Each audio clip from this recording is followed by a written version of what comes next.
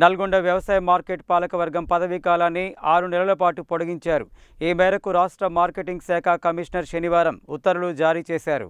రాష్ట్రంలో కాంగ్రెస్ ప్రభుత్వం అధికారంలోకి వచ్చిన తరువాత మొట్టమొదటిగా నల్గొండ వ్యవసాయ మార్కెట్ కమిటీ చైర్మన్గా తిప్పర్తి మండలానికి చెందిన మండల కాంగ్రెస్ పార్టీ అధ్యక్షుడు మంత్రి కోమటిరెడ్డి వెంకటరెడ్డి ప్రధాన అనుచరుడు జూకూరి రమేష్కు అవకాశం దక్కింది. 2024 మార్చి 12న నల్గొండ వ్యవసాయ మార్కెట్ పాలకవర్గం బాధ్యతలు చేపట్టగా 2 సంవత్సరాల పదవీకాలం ఈ నెల 12న ముగిసింది.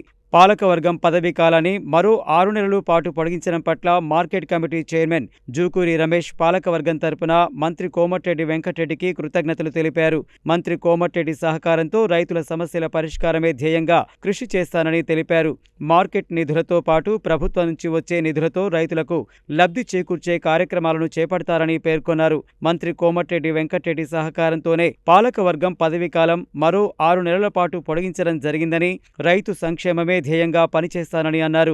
ఈ సందర్భంగా సహకరించిన తిప్పర్తి మాజీ జడ్పీటీసీ పాషం రామరెడ్డి, నల్గొండ పట్టణ కాంగ్రెస్ పార్టీ అధ్యక్షుడు గుమ్ముల మోహన్ రెడ్డి, మాజీ municipal chairman Burri Srinivasareddy, DCCB మాజీ డైరెక్టర్ పాషం సంపత్ రెడ్డి, నల్గొండ మాజీ జడ్పీటీసీ వంగూరు లక్ష్మయ్యలకు కృతజ్ఞతలు తెలిపారు.